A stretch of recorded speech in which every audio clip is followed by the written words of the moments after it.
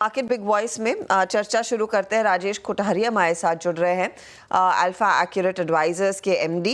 Rajesh ji, good morning. In fact आज की जो बड़ी या फिर कल दोपहर की जो बड़ी डेवलपमेंट थी कि चाइना का पॉलिट ब्यूरो कह रहा है कि हमें मॉनेटरी पॉलिसी थोड़ी सी लूज करनी चाहिए।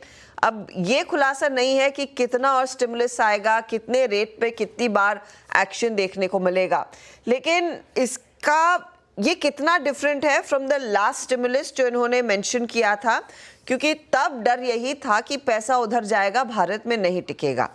उस टाइम पे हम सब जानते हैं भारतीय बाजार में डिसेंट करेक्शन भी देखने को मिला। अब की बारी क्या वही प्ले आउट होता दिखाई देगा या फिर ये बहुत लिमिटेड सेक्टर्स की ही बात रहेगी? नहीं, आई थिंक ये बहुत ही इम्पोर्टेंट आप जो बता रहे हो, बहुत इम्पोर्टेंट इवेंट इसी के लिए है क्योंकि विद डोनाल्ड ट्रम्प साहब जो है यूएस में है एंड उनकी policy little bit against China है एंड चाइना अपने हिसाब से हर कदम ले लेगा टू मेक श्योर कि उनकी इंडस्ट्री की कॉस्ट कॉम्पिटिटिवनेस कैसे बढ़ सके, क्योंकि टैरिफ्स बढ़ रहा है अगेंस्ट चाइना। अगर टैरिफ्स को बीट करना है तो चाइना के पास एक ही ऑप्शन है और वो ऑप्शन ये है कि उनकी कंपनीज को कॉस्ट कम करे, सब्सिडीज ज्यादा देवे। काफी सारे सेक्टर में जब भी हम बात करते हैं, इंडियन एंटरप्रेन्योर्स के साथ बात करते हैं, तो चाइना में land they are giving free, power they are giving free. बहुत सारी चीजें ऐसी है कि जो वहां पे फ्री एंटरप्रेन्योर को दी जाती है। और अगर ये मॉनेटरी पॉलिसी और लूज करते हैं तो इंटरेस्ट रेट में भी आपकी और कटौती हो जाती है। तो चाइना की कॉम्पिटिटिवनेस चाइना इनडायरेक्टली बढ़ा रहा है क्योंकि टैरिफ उसके ऊपर डायरेक्ट इंपैक्ट हो रहा है। और ये बहुत इंपॉर्टेंट चीज देगी इंडियन गवर्नमेंट के लिए कि how to beat the China's competitiveness. Make in India का हमारा जो एफर्ट है वो सही दिशा में है, लेकिन पीएलआई में शायद हमें और बढ़ोतरी करनी पड़ेगी, हमें और इंसेंटिव्स देना पड़ेगा।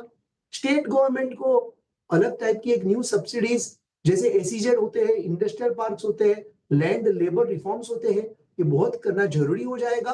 दैट इज द ओनली वे कि इंडिया एक ग्लोबल कॉम्पिटिटिव प्लेयर बन सके। और यूएस की जो पॉलिसी है उसमें चाइना प्लस वन का जो रियल बेनिफिट है अभी तक इंडिया को इतना बड़ा हुआ नहीं है। अगर आप देखेंगे Vietnam, Bangladesh, they are doing much bigger. So India has a still huge scope for improvement and we need to make a lot of efforts from government side, central government, state governments, and of course the Indian industries. We need to work very hard to make our competitiveness better.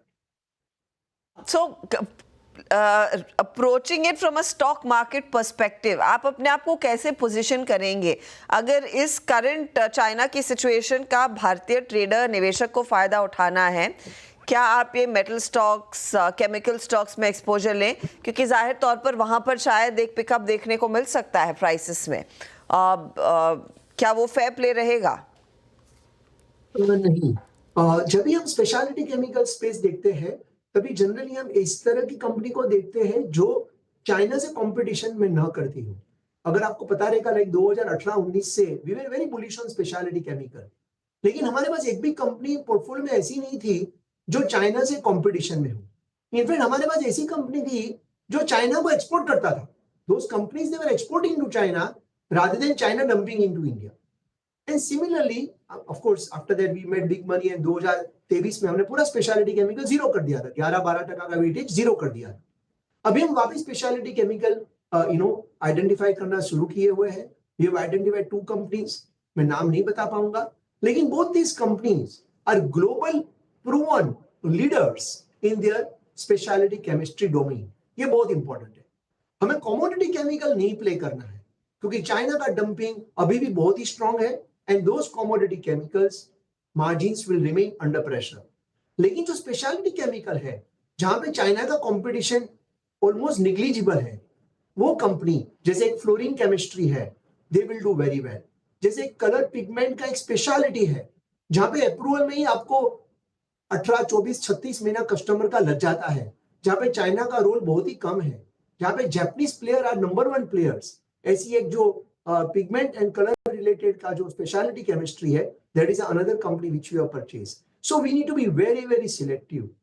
2025 का जो साल रहेगा वो 20 selective का theme रहेगा। Very shortly will come out very detail report on this कि why to be selective and where to be selective. But बहुत ही बॉटम अप अप्रोच रखना पड़ेगा. That's the only way to create big alpha in the industry.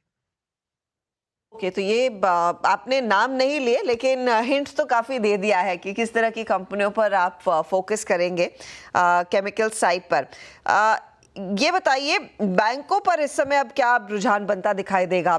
दो चीज़ें हुई हैं, एक तो सीआरआर कट, दूसरा आरबीआई को एक नया गवर्नर मिला है और वो ऑफ कोर्स वो बैलेंस मेंटेन करना चाहेंगे. जिस तरह की लिक्विडिटी अब थोड़ी सी एनहांस होकर मार्केट में आई है, आज हम देख रहे हैं एनबीएफसीज में थोड़ा सा जोश बनता दिखाई दिया है. बैंक्स और फाइनेंशियल्स में अपॉर्चुनिटी किधर आपने पकड़ी है lately? Banking and finance sector Harshita में बहुत ही बड़ा सेक्टर है. इसके अंदर प्राइवेट सेक्टर बैंक्स भी है, पब्लिक सेक्टर बैंक्स भी है और बहुत अलग अलग प्रकार की एनबीएफसी भी है और एक बहुत सारे कैपिटल मार्केट लिंक स्टॉक्स भी है. तो हम ये पूरा एक ऐसा बकेट्स कर देते हैं. तो इसके अंदर मुझे लग रहा है कि पूरा sectors valuations are quite reasonable. Credit cost is encouraging. ये दो बहुत इंपॉर्टेंट चीज है. लेकिन जो ग्रोथ एस्पेक्ट है वहां पे थोड़ा पंक्चर है क्योंकि deposit still is a major problem. Net interest income growth है बहुत सारे बैंक्स का इतना अच्छा नहीं आया हुआ है. लेकिन आगे चल के जैसे ही monetary easing policy slowly start हो जाएगी फ्रॉम आरबीआई पर्सपेक्टिव, जैसे वो स्टार्ट होएगी हमें लग रहा है कि वो जो पूरा जो बैंकिंग का जो ग्रोथ जो है, जो क्रेडिट ग्रोथ भी second half will be better. NII growth का जो नीम का प्रेशर है धीरे धीरे वो कम होना चालू हो जाएगा. क्रेडिट कॉस्ट कंट्रोल में रहेगी. तो हमें लग रहा है कि PPOP, pre provision operating profit growth जो है, जो FY26 में हमें लग रहा है will be better than FY25. So we are positive on overall banking and finance sector. लेकिन अभी भी अगर आप मुझे पूछेंगे कि वेटेज पर्सपेक्टिव हमारी पोजीशन क्या है, तो अभी भी हम अंडरवेट है. लेकिन हमने धीरे धीरे हम सेक्टर का वेट बढ़ा रहे हैं. Within banking and finance, housing finance is very important sector जहां पे ग्रोथ काफी रोबस्ट रहा है. Second hand commercial vehicle financing is doing very well जहां पे ग्रोथ काफी रोबस्ट रहा है. Gold finance companies are doing very well जहां पे भी ग्रोथ बहुत ही स्ट्रॉन्ग डबल डिजिट रहा है. सो एनबीएफसी के अंदर ये 2 3 4 सेगमेंट जो है जिसका growth significantly overall bank credit growth से ज्यादा है. तो एक प्राइवेट सेक्टर बैंक है और एक एनबीएफसी का एक ऐसा बास्केट है. और उसके उपरांत हमारे पास एक्सचेंजेस है which we own. Commodity exchange भी है और इक्विटी एक्सचेंज भी है and those are also doing extremely well. तो ऐसा हमने पूरा हमारा पोर्टफोलियो पोजीशनिंग किया हुआ है. ओके, तो ये आप कह रहे हैं कि बैंक्स में थोड़ा थोड़ा करके एक्सपोजर बढ़ा रहे हैं. आपका मैक्सिमम वेटेज इस समय राजेश जी आपके पोर्टफोलियो में किस सेक्टर में है?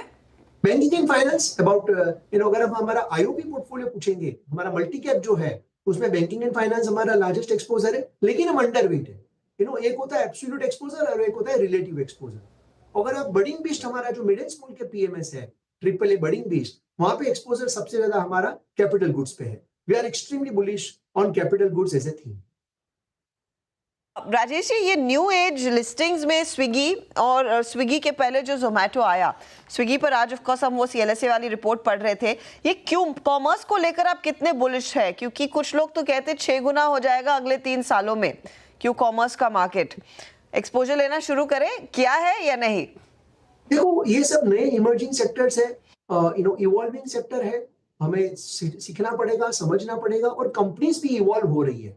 ऐसा नहीं कि 3 साल में ऐसा ही होएगा. ये सब एक नैरेटिव है, एक अंडरस्टैंडिंग है कि कन्वीनियंस बिकम्स ए यूएसपी और convenience at a cost is also very important. तो वो कन्वीनियंस का आप कितना पैसा देना चाहोगे. तो ये एक quick commerce is a new market, very interesting market and I think we all over a period of 3 साल के बाद ही पता चलेगा कि एक्चुअल क्या हो रहा है, कौन विनर है, कौन लूजर है. अगर आप देखोगे जोमेटो का बर्थ का तभी फाउंडेशन क्या था और आज जोमेटो का बिजनेस मॉडल पूरा चेंज हो गया. तो सबसे इंपॉर्टेंट ये नहीं है कि वो क्या करेंगे, सबसे इंपॉर्टेंट ये है कि मैनेजमेंट का माइंडसेट कितना डायनामिक रहेगा. क्या आगे चल के कोई कंपटीशन आती है. आज हम क्विक कॉमर्स की बात कर रहे हैं, कल हम शायद दूसरा कुछ कॉमर्स की बात करेंगे. तो क्या ये कंपनीज की मैनेजमेंट इतनी सक्षम है कि अपने बिजनेस मॉडल को चेंज कर पाएगी, वो ज्यादा इंपॉर्टेंट सवाल है. क्योंकि थिंग्स कीप्स चेंजिंग. 15 साल पहले एक सिर्फ डोमिनोज था जिसे 30 मिनट डिलीवरी का प्रॉमिस किया और आज हर कंपनी 30 मिनट डिलीवरी की पोजीशन लेके आ रही है. सही बात है, लेकिन अनफॉर्चुनेटली वो जो पिज्जा कंपनी थी उसने ये नहीं सोचा कि क्या हम दूसरी चीज भी लॉजिस्टिक 5 मिनट में कर सकते हैं, क्या हम ब्लिंकिट खड़ा कर सकते हैं। सो वेरी इंपॉर्टेंट चीज ये है कि मैनेजमेंट का innovation thought process for the new businesses वो कितने डायनामिक है, कितनी बड़ी अपॉर्चुनिटी को कैपिटलाइज कर सकते हैं, and that's how you need to play. Otherwise competition will be extremely aggressive, everybody talks about QC, existing companies भी क्यूसी करने वाली है, नई कंपनी भी क्यूसी करने वाली है, और 3 प्राइवेट इक्विटी फंड दूसरे खड़े हैं जो चेकबुक लेके बैठे हैं, और वो दूसरे 3 नए प्लेयर भी इंडस्ट्री में एंट्री करने वाले हैं। कितना प्रॉफिट बनेगा, कितना रिटर्न ऑन कैपिटल एम्प्लॉयड बनेगा, वो तो वक्त ही बताए। Correct, so you need to be little bit prudent, you don't need to follow them blindly. Valuations are not very cheap, correct? So there are a lot of things are already built into valuation. So थोड़ा prudently हमें देखना पड़ेगा, rather than कि भाई हमें QC लेना ही है, ऐसा कोई जरूरी नहीं है। बहुत सारी अच्छी कंपनीज तुम्हें 1/3 और 1/4 वैल्यूएशन में मिल रही है, जिसका हाई है, गवर्नेंस सॉलिड है, और ग्रोथ 40-50% कंपाउंडिंग की आज भी अपॉर्चुनिटी दे रहे हैं। ऐसे बहुत सारे कंपनीज इंडिया में अवेलेबल। चलिए, बहुत बहुत शुक्रिया राजेश जी हमारे लिए समय निकालने के लिए और अपनी राय देने के लिए। इस बीच